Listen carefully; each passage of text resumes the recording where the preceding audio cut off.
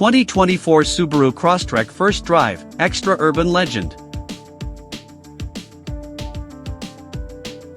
Like Neo from The Matrix, it's still hard to believe that Keanu Reeves starred in another blockbuster action franchise before John Wick.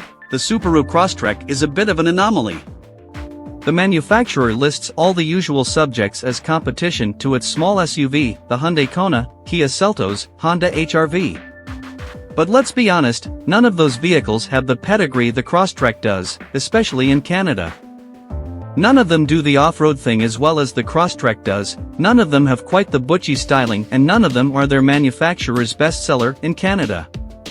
Indeed, it's not uncommon to come up behind one of these on one side of the road, and come across another in the exact spec 5 seconds later heading in the other direction. The exterior. For 2024, the Crosstrek has undergone a comprehensive styling overhaul to bring it just a little out of the hip but somewhat janky-looking sphere into the tough but classy one. The front fascia gets thinner headlights, standard LED headlights, redesigned grille, better-looking body cladding and raised outside hood edges for a squatter, more athletic stance. There are also 2 new colors, Sunblaze Pearl and Offshore Blue Metallic. The side profile view is emphasized by new wheel designs in 17 or 18 inches, depending on spec. Note that each trim, convenience, $28,995, Touring, $32,195, New Onyx, $33,995, and Limited, $36,995, gets a single wheel design choice. The side cladding is a little thicker around the wheels but also more streamlined. There are some functional additions as well, such as vents behind the front and rear wheels and a specialized surface coating within the vent pockets, all to improve airflow. Around back, we find a slightly kicked-up look to the rear fascia that benefits nicely from pulled-in D-pillars and flared fenders. I'm also a fan of the mountain-themed appliques on the top of the rear bumper, a neat little Easter egg.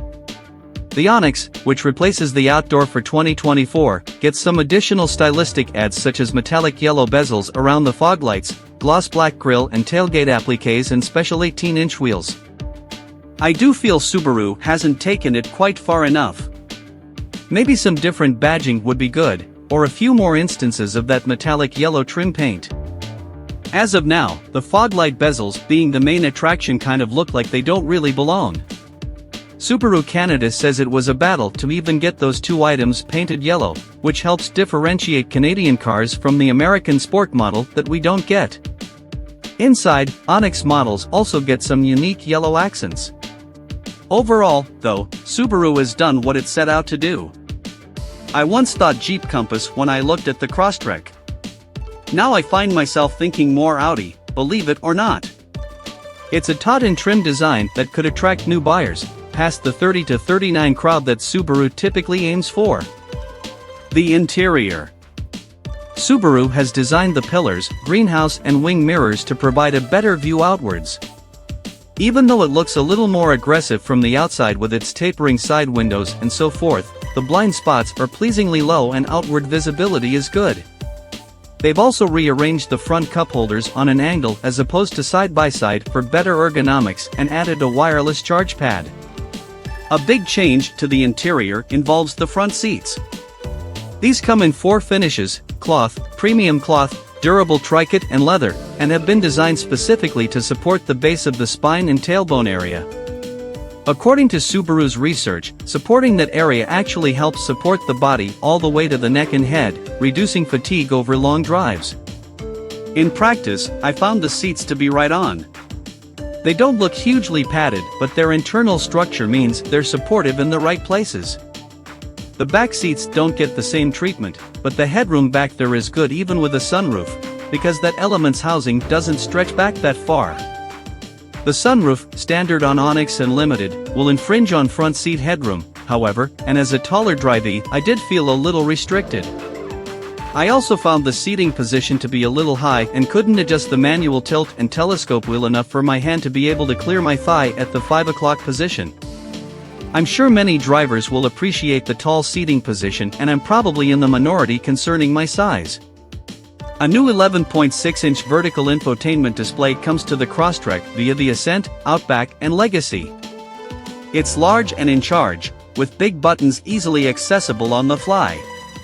They've also included some traditional hard buttons on either side for climate, volume, and tuning controls. The trouble is there's still a bit of a budget feel, for example with the coating on the display and the materials used to build it.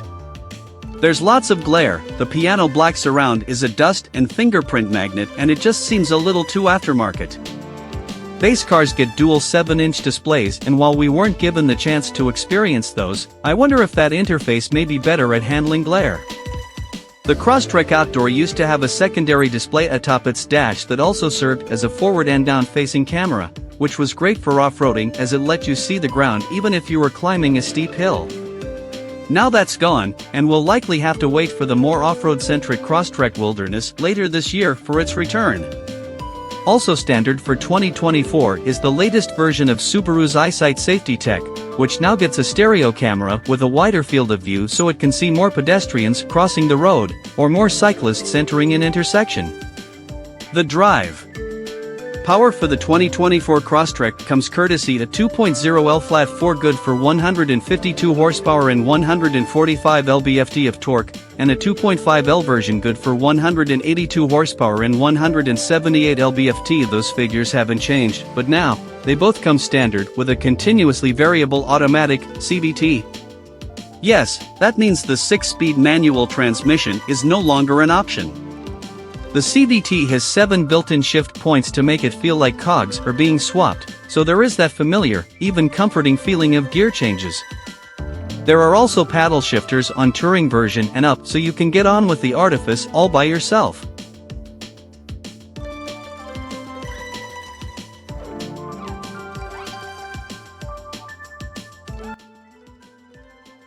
Thanks for watching. Drop a like.